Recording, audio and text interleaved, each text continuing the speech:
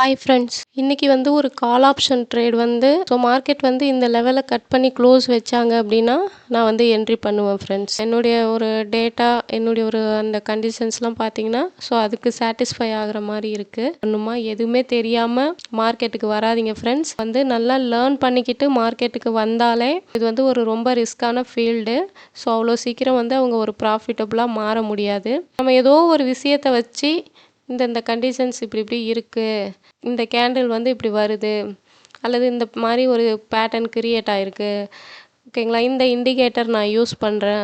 இதெல்லாம் பேஸ் பண்ணி நம்ம என்ன செய்வோம்னா ஒரு என்ட்ரி வந்து கொடுப்போம். அதெல்லாம் கலெக்டிவாக நம்மளுடைய டேட்டா அப்படின்னு நம்ம சொல்கிறோம். இங்கே பாருங்கள், இந்த இடம் இங்கே இது மாதிரியான அந்த பிளேஸ் எல்லாம் வரும் பொழுது அதை வந்து தாண்ட முடியாத என்ன பண்ணியிருக்காங்க அப்படின்னா ரிஜெக்ட் ஆகி கீழே வராங்க. நம்ம ட்ரேட் அப்படிங்கிறது வந்து ப்ராஃபிட்டில் ரன் ஆகிட்டுருக்கு. இந்த கேண்டிலில் தான் என்ட்ரி எடுத்தேன் இந்த பிளேஸ் கட் பண்ணும் பொழுது. இந்த கேண்டிலுடைய லோலே நான் வந்து எஸ்எல் அப்படிங்கிறது ஒரு ஸ்மால் எஸ்எல் அப்படிங்கிறது நான் போட்டுக்கிறேன். ஒரு சிம்பிள் எஸ்எல் தான். நம்மளுடைய ரிஸ்க் அப்படிங்கிறது நமக்கு எவ்வளோன்னு தெரிஞ்சதுன்னா ரிஸ்கே வந்துட்டாலும் நம்ம வந்து அதை சந்தோஷமாக ஏற்றுக்குவோம். ரொம்ப ரொம்ப சூப்பரான ப்ராஃபிட்.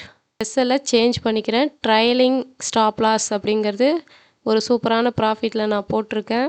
மார்க்கெட் வந்து இந்த 25,146 வரைக்கும் ரீச் ஆகணும். அதை ரீச் பண்ணிடுச்சுன்னா மார்க்கெட் வந்து இன்னுமே சூப்பராக போகும், அல்லது அங்கே ரிவர்சல் வருதா அப்படிங்கிறத பார்க்கணும்.